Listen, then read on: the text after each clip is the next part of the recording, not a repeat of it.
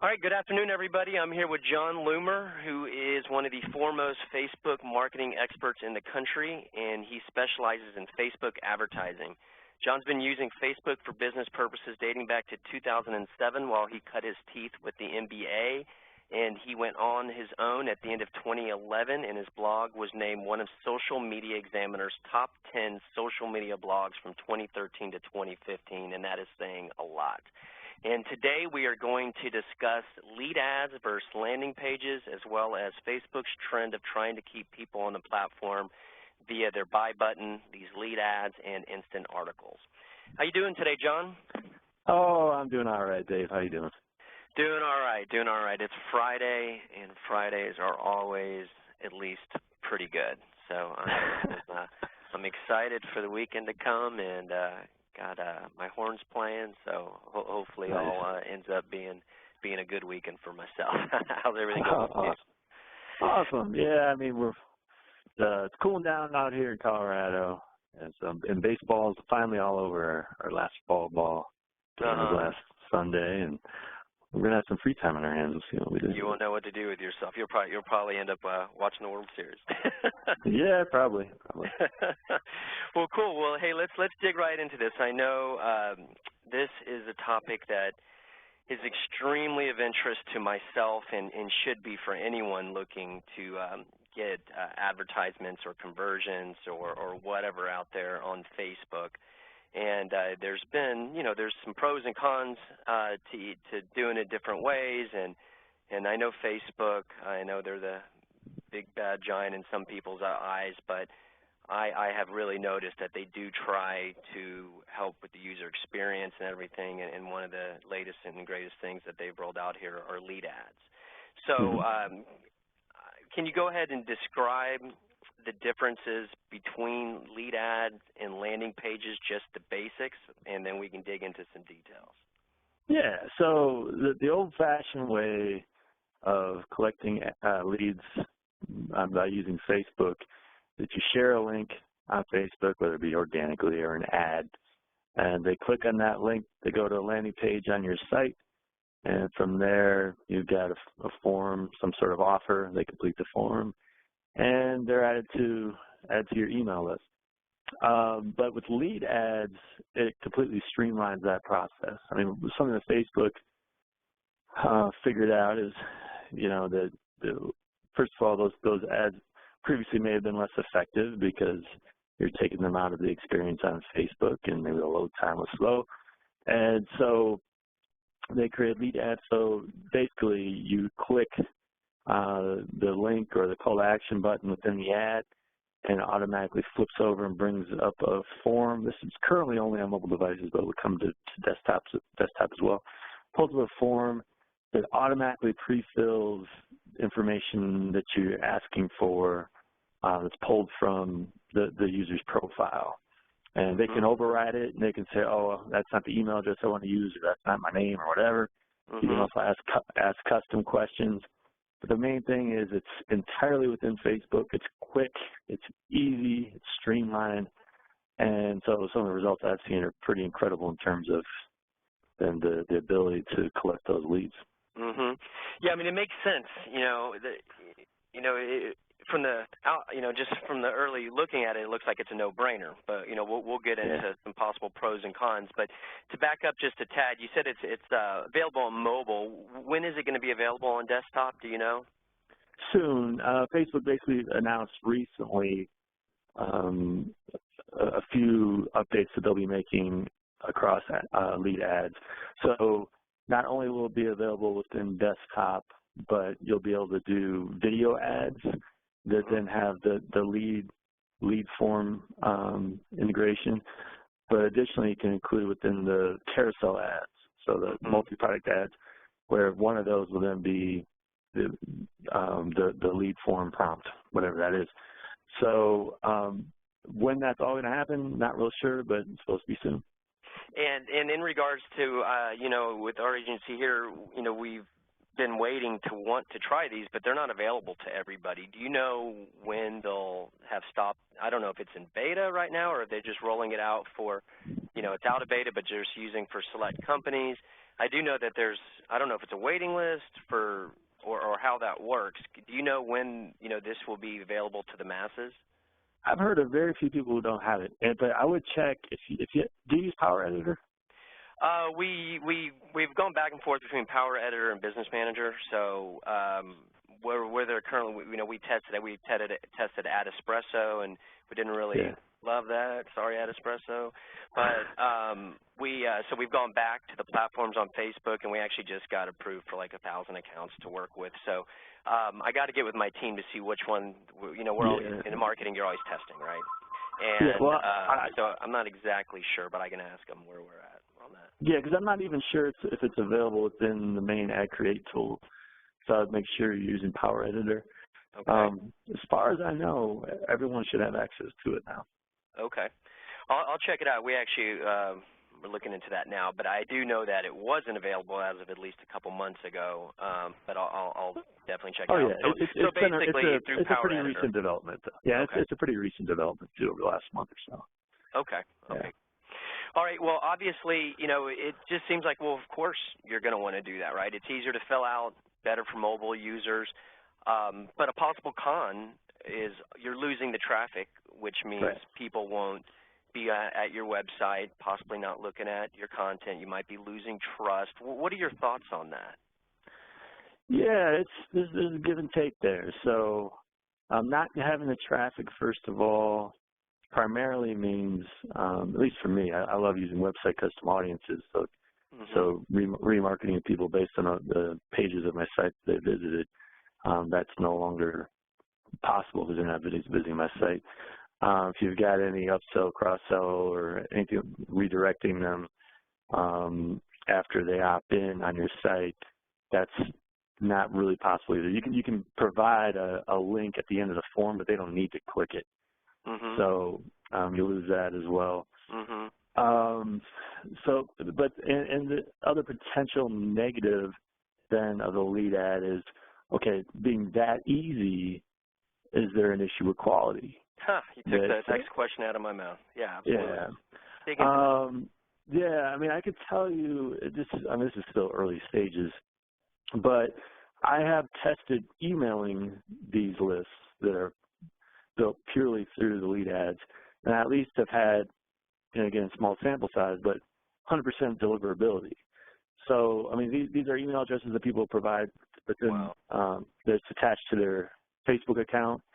Now, is it something that they use frequently? Is it an email address they haven't updated in 5 years? I mean, that's something that I don't know yet in terms of the effectiveness of that. But that said, I mean, especially think about load times and all that kind of stuff. Think about all the people you likely lose who click on a link to go to your landing page. A lot. And yeah, a lot. So are there some potential issues with this as far as not having that traffic? Maybe the quality is down. Who knows?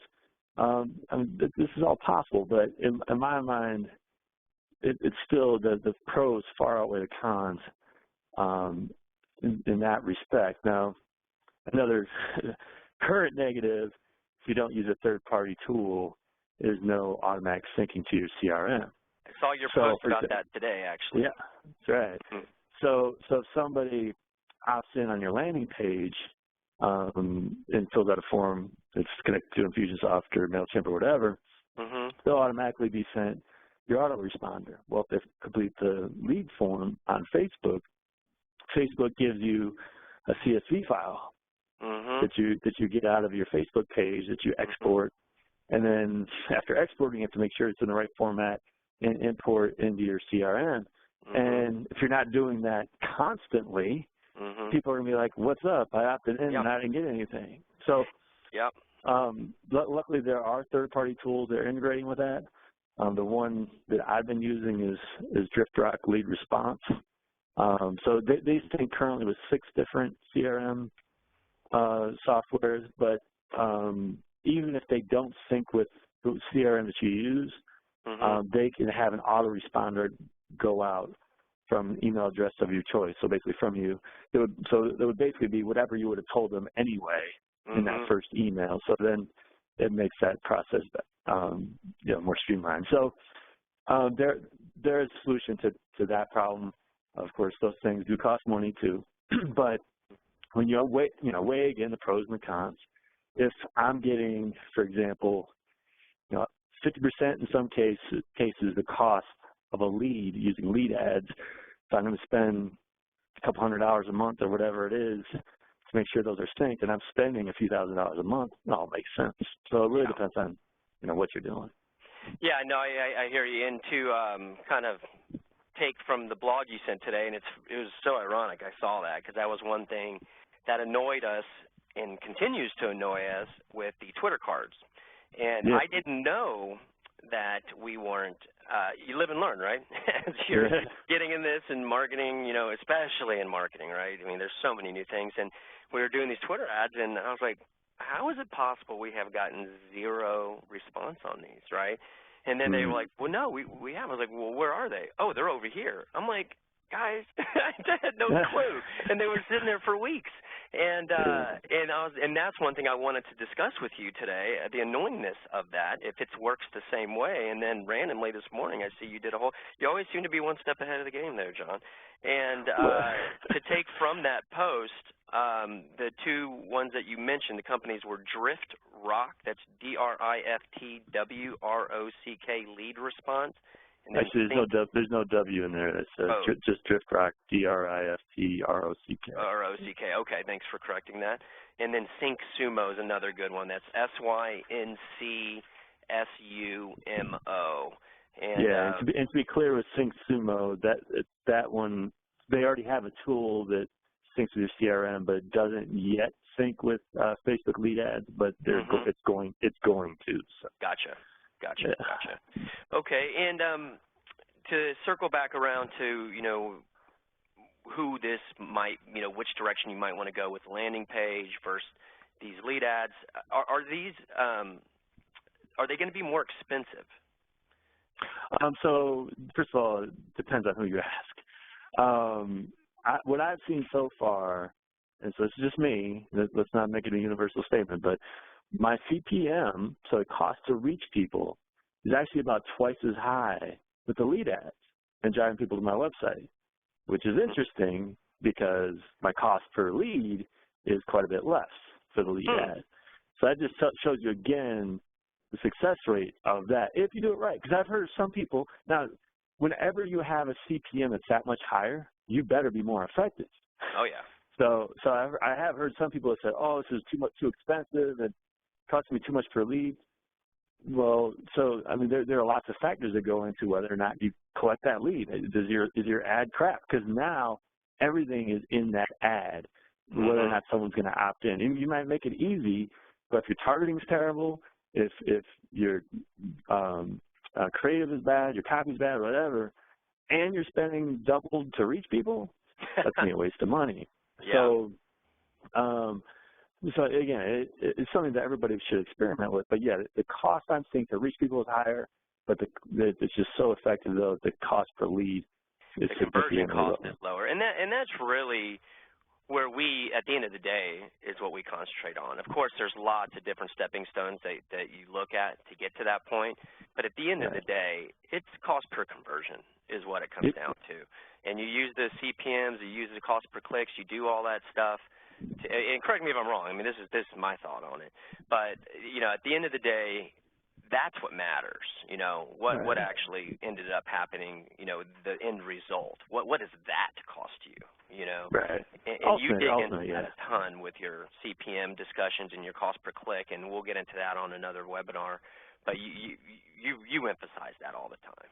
And and to be clear, kind of the way you should use it, because I mean, again, currently it's only for mobile, and it makes sense why they prioritize that way, because what I've seen up until this point, up until lead ads, the CPM for mobile devices is lower than the CPM for desktop, partly, I'm sure partially because of competition in desktop newsfeed. However, once again, the issue is you click that ad from a mobile device, go to a landing page that may or may not be mobilely optimized, and you got to fumble through with your thumbs to get all this information people are requesting.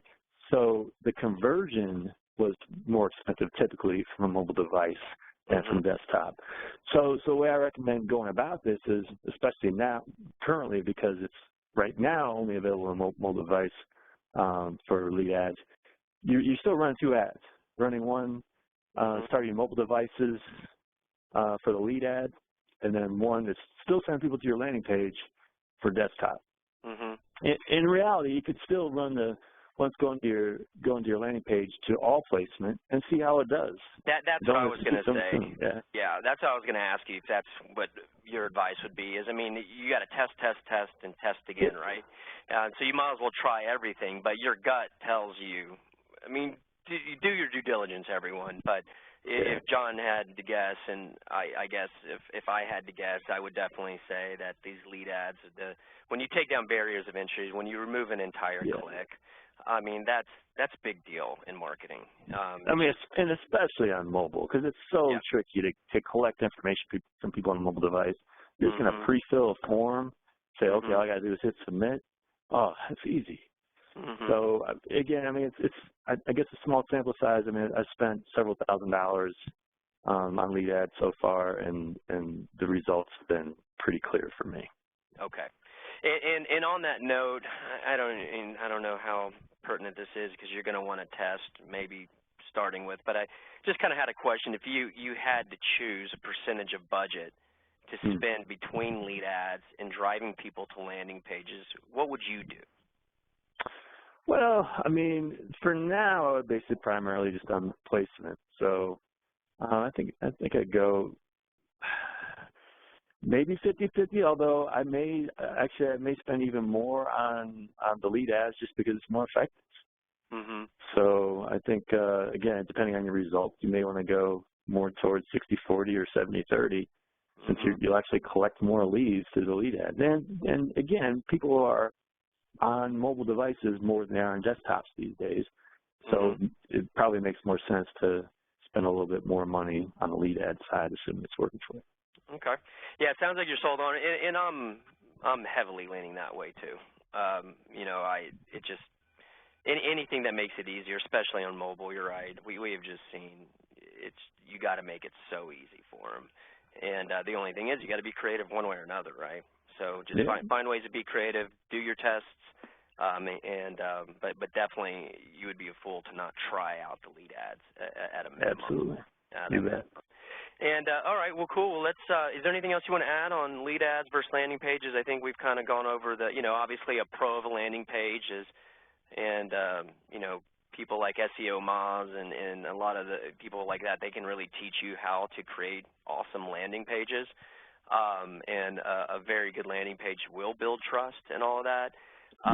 But obviously, and it could be weeding out unqualified leads, pro to landing pages. But you're right, and you don't know what kind of plug-in or if it takes more than 3.3 seconds to load, people are going to bounce on you more times than not, and most people aren't going to really know how bad that is with everybody else's. So, a potential con for a landing page is that it might, deter people from filling out the form. It's an extra click. So everyone just needs to take all that into consideration and do your own testing. But do you have anything else to add on this subject before we jump on to the buy button and the instant articles?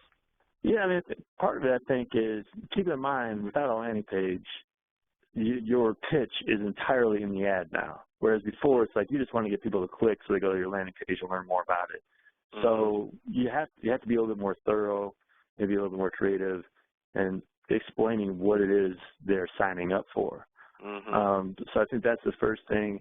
Something else to consider is we can also use this as an opportunity to remarket to people who have maybe visited that landing page previously but didn't convert because, again, it may be difficult, tricky, whatever, with the lead ad to make it easier for them. That's a great point I'd like to stop and emphasize for you right there, John. What you're saying is build a website custom audiences based on putting a pixel on the page that people went to that landing landing page, but they did not convert. Right. You can do this, and you can learn all this from John Loomer. He talks about all this stuff, all the time, and it's amazing information. So just want to emphasize that what John's suggesting is to go put a pixel on your landing page, create a custom audience for that page, and then for sure remarket people with the lead ads because they've already seen your landing page, and they might need a little extra nudge. So that's a brilliant idea. Thank you for bringing that up. That's phenomenal too. And you should even be clear in the copy. Like, hey, I saw that you visited the landing page for this and didn't convert. I'm going to make it easier for you. Because otherwise, you just send them the same ad copy and imagery in the form of a lead ad. They don't know it's a lead ad. They don't know it's easier. So be clear, like, hey, this is easier. This is a lead ad. So all you got to do is click this button or click the link, and it'll bring up the Facebook form, and you don't even have to go to my site. So, whatever. Be creative with the copy. I see a lot of people who are like, oh, yeah, try that. Didn't that work? Well, they think it's the same ad by looking at it. So you have to be clear that you're actually trying to help them and based on something that they already did in your site. Phenomenal point. Phenomenal point. I'm gonna implement that right away. All right. Well, with this trend in mind of Facebook trying to keep people on their platform, let's touch on the buy button and instant articles.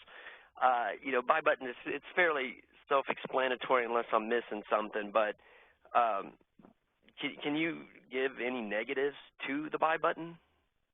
I mean, actually, the same arguments we made for the negatives on lead ads regarding not sending the traffic, this would probably be a louder argument regarding that, right?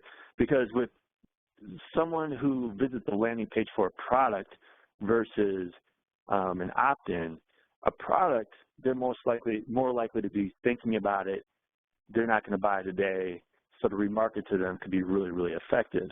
And so if someone never visits that landing page, that could be an issue. But so basically the buy button is the same concept though as a lead ad in that you're going to complete the transaction entirely in Facebook. You click that buy button and a form comes up to actually make the purchase in Facebook. So same kind of positives there though too. It's streamlined, it's easy, they don't have to sit there waiting for your website to load for, I guess it's 8 seconds on average. And it may not be mobile friendly, all that kind of stuff. So, and additionally, once you start buying through Facebook, and I guess right now the integration is primarily through Shopify. And if it's not this way now, it will be. They'll have all that stuff on file where you don't need to provide your credit card number again and again and again and again. So once you've done it a single time, it'll make that process of buying it on Facebook so easy. Now, what about, can you do cost per click with these lead ads and buy buttons versus CPM? Well, actually, with the lead ads, your options are to optimize for the lead itself or to optimize for the click, so cost per click. Those are your only two options. So you can't even do just typical CPM with lead ads. And since I don't have the buy buttons because I don't have a Shopify site, I'm not sure exactly how you can optimize for that, but it's probably similar, I would assume. Okay. All right. Yeah, I mean, those are some good things to consider. And again, it all comes back down to integrating a strategy between the two and obviously doing your testing. You'll hear me say that. I'm sure you'll hear John say that constantly, and you'll hear other marketers say it because you've got to test. I mean, there's not a one-size-fits-all in any company, in any marketing theory or tactic or at all. So try them out, but you need to know about this stuff so that you can at least try it out and integrate, some of the things John is saying. You have your landing pages, do the custom audiences, remarket to them with this at a minimum, but at the same time try it out because, yeah, I mean, as long as you've established trust through your branding and other ways, these other things should be very, very beneficial to your ultimate, sales goals and marketing goals. You bet. All right, moving on to instant articles. John, why don't you go ahead and explain what instant articles are for the listeners? Okay, so whether we're talking about lead ads or the buy button or instant articles, in every case there's a trend here, and it's one that some publishers are scared of, and they don't like it because they're losing control. and so it's all Facebook trying to keep people on the platform. And there may be some selfish reasons for this, but at the end of the day, it's been really good for user experience. So these incident articles, first of all, they explain how they behave. When you click on a link now shared within Facebook, where there's actually a feed from the publisher where it's in this format, it automatically opens up. And so it automatically opens up the article in Facebook. But it's rich media content, dynamic. You can do all kinds of crazy things with it that you can't really necessarily do easily with a website. But you can also have it. Well, can you dig into that? Like, what are some of the dynamic things? As far as so rich media, like autoplay video that will come up within the article. I saw this ad from Wendy's that it's really hard to even explain, but you could flip through side to side or up and down to view different content, but there's also like some you can like maps that you can engage with. There's just all kinds of things, and it's much more rich experience than being on someone's website in the first place. Like there's like tilting your phone to move stuff around and things like that. So it's a really good user experience. It ends up being entirely within Facebook. That said, you still get the traffic because this is coming from a feed from your site that is in that instant articles format. What do you mean you still get the traffic? Because that's been the big sticking point for these publishers, and I mean, yeah, it's a great user experience, but you know, it'd be a great user experience if people were able to buy a Lamborghini for $5,000. You know, I mean, the people, you know, on the other side of it, you know, you need to be able to monetize that traffic. You need, or else you can't continue to produce the good content. You know, right. So can you explain? Because I wasn't under the impression that you were able, I mean, it was good for branding for like the New York Times, you know, branding purposes for big time magazines, but for like the smaller guy, when branding, it's important, but not like that, you know, and you do want to drive people to your website. You do want to be able to monetize that through one form or fashion. How from the other side of the coin, how is it beneficial? So first of all, you have complete control over what goes into that content. You have links there within that content that continues to link out to your stuff. Okay. You can have ads. You can place your own ads in there if you want. Okay. Or you could have Facebook place ads in there, and then you take a certain amount of that. So it's up to you how you want to do it. Okay. But at the end of the day, like you could still put, you know, whatever it is you're tracking. I don't know if Google Analytics or whatever's in there now, but you'll still collect all that traffic, so you'll know who has visited and when and all that kind of stuff. So you can still report back to whatever advertiser you have and say, this is how many impressions you got, you know, these are the metrics, these are the clicks on your ad, blah, blah, blah. All of that is, so it's still, all the metrics and all the stuff still operates like a page on somebody's website then. Yeah, and to be clear, I'm not 100% clear on all of that. So do you lose something? Well, first of all, you're going to lose the typical navigation you get on your site. That's not there. I don't know if you can still have the commenting in there the normal. I don't know. A lot of this is still completely new to me. But you still have some control of it. You still do get this traffic, at least to a point, because it's going to go. You can embed, you know, whatever it is your tracking software is. So that goes into all of your data. Okay. So, but yeah, I'm not clear on, does this impact your SEO positively or negatively? I would assume if this is still coming from your feed and it's easier to read and people engage with it more, that it would positively impact it. But I'm still not 100% clear on that myself. Well, this is so new, instant articles, and I'm fairly certain about this. This has not been rolled out. This has been for like just the top publishers, like the top 25. And that's the other thing I'm not clear on. Small number, yeah. That's the other thing I'm not clear on is how difficult is it to create this type of content? Yeah. To create these feeds for Facebook. They try to make it sound like it's easy, but for like a typical blogger like me, because this is something I could actually do. So yeah, there's still a lot we don't know at this point. Yeah. Well, that's marketing for you, right?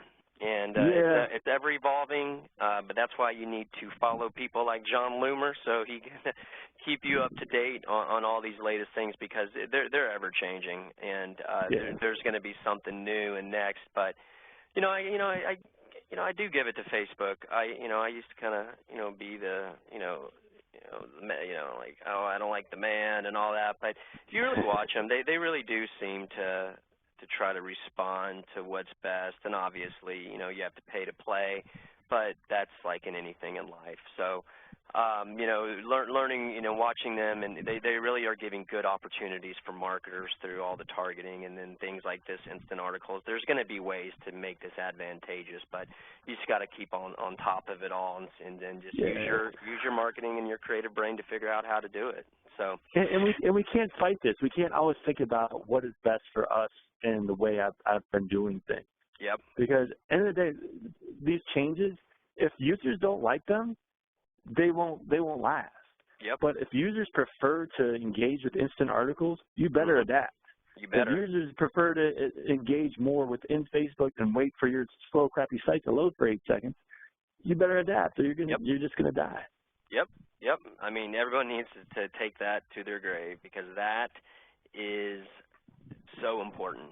You've got to stay on top. You got to be open to change, and you got to stay on top, and you got to try stuff out. I'm learning that more and more, and nobody can be stuck in their ways. Of course, don't go with every new shiny thing out there, but you should try to stay on top of at least the main platforms, and try some of these things out. But I do think the things we talked about today are some items that everyone out there should give a go. Do try the lead ads. Do try the buy button. And once instant articles is available, I definitely, my personal opinion would be agree with John. Give it a go, test and see what happens, and just get familiar with it, because the users are dictating where all of this stuff is going. So, John, I greatly appreciate your time, and I definitely want to let people know how to learn more from you. You can follow John on Twitter at JONLOOMER. That's at John Loomer, and it's johnloomer.com. And you also have your Power Hitters Club, where people can get more extensive learning from you. Can you give us the link to that one, John? Yeah, so 2 things. I mean, Power Hitters Club is johnloomer.com/PHC, but I also have a free workshop coming up in November. So I don't know when this is going to air, but in November, when is this going to go out, Dave? Well, because you said that, when is it going out in November? November 12th is the date still right now. Okay, I'll push this up the list, and we'll push this one out before then. Okay, well, the free workshops go to johnloomer.com/lead-ads-workshop. And so that'll be like a 60 to 90-minute workshop where we go over everything, that has to do with lead ads. Okay, awesome. Well, John, I appreciate your time. It's always fun talking with you, and I've learned some stuff today, and I'm sure our listeners have as well. So have yourself an awesome Friday and weekend, and we look forward to talking with you about the next one. All right, sounds good. Thanks, Dave. All righty, buddy. Have a good one. You too. Bye-bye. Bye.